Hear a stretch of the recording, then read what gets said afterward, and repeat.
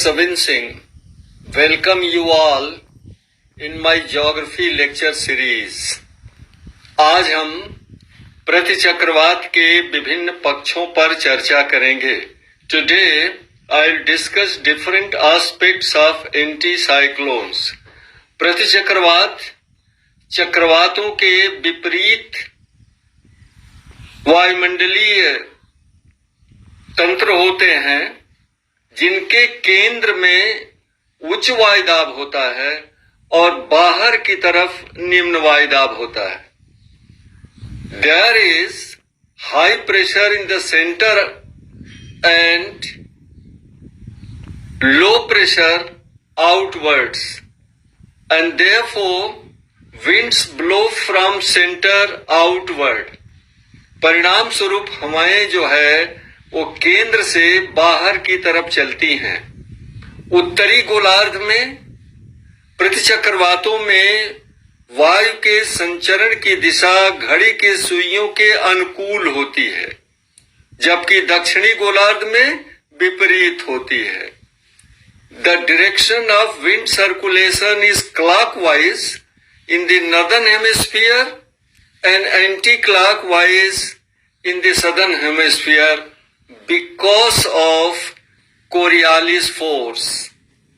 As per Coriolis force, winds are deflected to the right in the northern hemisphere and to the left in the southern hemisphere.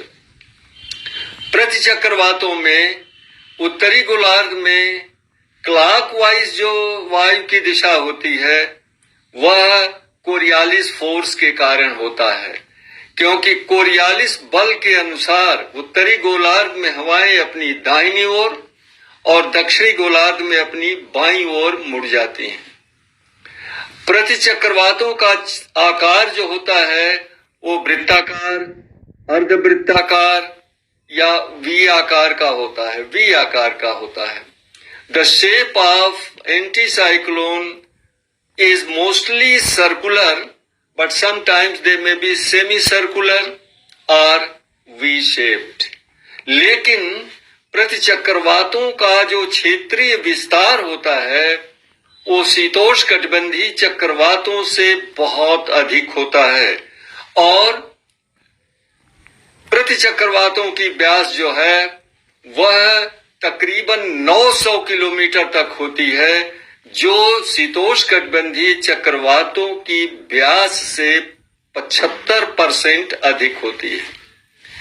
The anticyclones are much larger than temperate cyclones, and the diameter of anticyclone is around 900 kilometer, which is 75% larger than the temperate cyclones.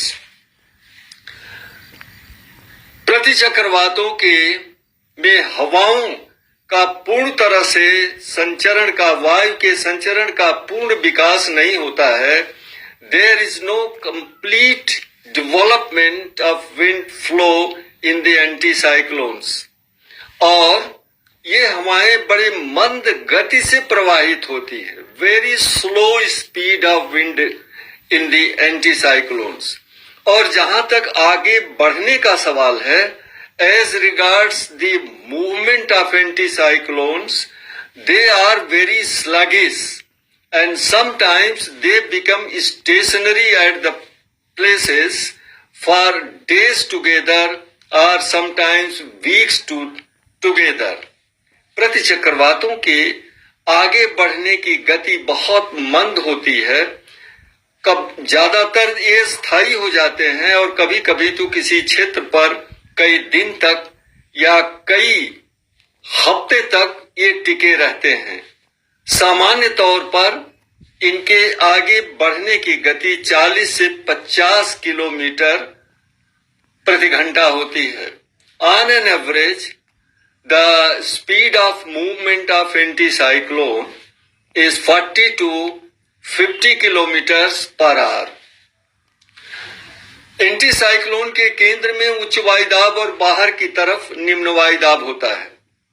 लेकिन उच्च वायुदाब और निम्न वायुदाब के बीच का अंतर जो होता है वो बहुत ज्यादा नहीं होता है, 10 to 20 मिलीबार या कभी कभी 35 मिलीबार हो जाता है. There is a high pressure in the center of anticyclones and low pressure at the peripheral area, but the difference between the high pressure and the low pressure is very low. That ranges between 10 MB and 20 MB, and sometimes it may become 35 MB. यही कारण है कि प्रतिचक्रवातों में वायु की गति मंद होती है. Because of, you can say, gentle gradient, pressure gradient, because of gentle pressure gradient between the center and the periphery, the wind speed is very slow. और चूंकि प्रतिचक्रवातों में हवा ऊपर से नीचे उतरती है, इसलिए वायुमंडल में स्थिरता उत्पन्न हो जाती है. इसलिए मौसम जो होता है वह सुहावना तो होता है लेकिन वर्षा रहित होता है. Since there is a descent of air in anticyclone and therefore there is stability in the atmosphere, atmospheric stability and no cloud formation, and the weather becomes rainless. It becomes rainless. ये प्रतिचक्रवातों को कई प्रकारों में विभाजित किया लोगों ने. कुछ लोगों ने 3 भागों में विभाजित किया है, कुछ लोगों ने 4 भागों में विभाजित किया है. जैसे हम्फ्री महोदय ने इसको 3 भागों में बांटा है. लेकिन सामान्य तौर पर प्रतिचक्रवातों को 3 प्रकारों में बांटते हैं. उष्ण प्रतिचक्रवात, शीत प्रतिचक्रवात और अवरोधी प्रतिचक्रवात, blocking anticyclones. So generally the anticyclones are divided into 3 categories: warm anticyclones, cold anticyclones and blocking anticyclones. उष्ण प्रतिचक्रवातों का विकास जो होता है उपोष्णकटिबंधीय उच्च वायुदाब की मेखला में वायु के ऊपर से नीचे बैठने के कारण होता है. The anticyclones, the warm anticyclones originate in the subtropical high pressure belt areas because of descent of air from aloft. तो जब हवा ऊपर से नीचे उतरती है तो उच्च वायुदाब का निर्माण होता है, जहां से हवाएं बाहर की तरफ फैलती, उच्च वायुदाब से बाहर की तरफ फैलती है. High pressure develops because of the descent of air in sub tropical high pressure belt areas, so the winds diverge in different directions and anticyclones are formed. And now this is the reason that most of the warm and hot deserts are found in these subtropical belt areas because of dry weather conditions. दिन के समय चूंकि बादल रहित होता है आकाश, इसलिए सौरिक विकिरण तरंगे बिना अवरोध के धरातल पर आती हैं और तापमान में वृद्धि हो जाती है. और रात के समय चूंकि बादल नहीं है, इसलिए पृथ्वी धरातल से होने वाला जो पार्थिव विकिरण है वो बहुत तेजी से ऊष्मा का ह्रास होता है और तापमान बहुत नीचा हो जाता है. There is a very high temperature during daytime because the solar radiation waves reach the ground surface without any obstruction due to lack of clouds in the sky. But during night time there is a fast rate of loss of heat from the ground surface because of unhindered, or you can say a fast rate of loss of heat through terrestrial radiation without any obstruction in the sky. दूसरा जो है शीत प्रकार का जो anti cyclone होता है, ये आर्कटिक क्षेत्रों में विकसित होता है. The cold anticyclones develop in the Arctic areas where again the cold winds descend on the ground surface and very high pressure is developed. तो आर्कटिक क्षेत्रों में भी ठंडी हवा ऊपर से नीचे बैठती है और धरातल पर उच्च वायुदाब बनता है और ये प्रतिचक्रवात बन जाते हैं. और साइबेरियन आर्कटिक क्षेत्र में जो ये प्रतिचक्रवात बनते हैं, ये पूर्व और दक्षिण पूर्व की दिशा में अग्रसर होते हैं और साइबेरिया, चाइना, जापान, ताइवान और उत्तरी अमेरिका के अलास्का के मौसम को प्रभावित करते हैं. The anticyclones, after their origin over the Siberian Arctic region, move toward the east and southeast and affect the weather conditions of Siberia, China, Japan, Taiwan and Alaska.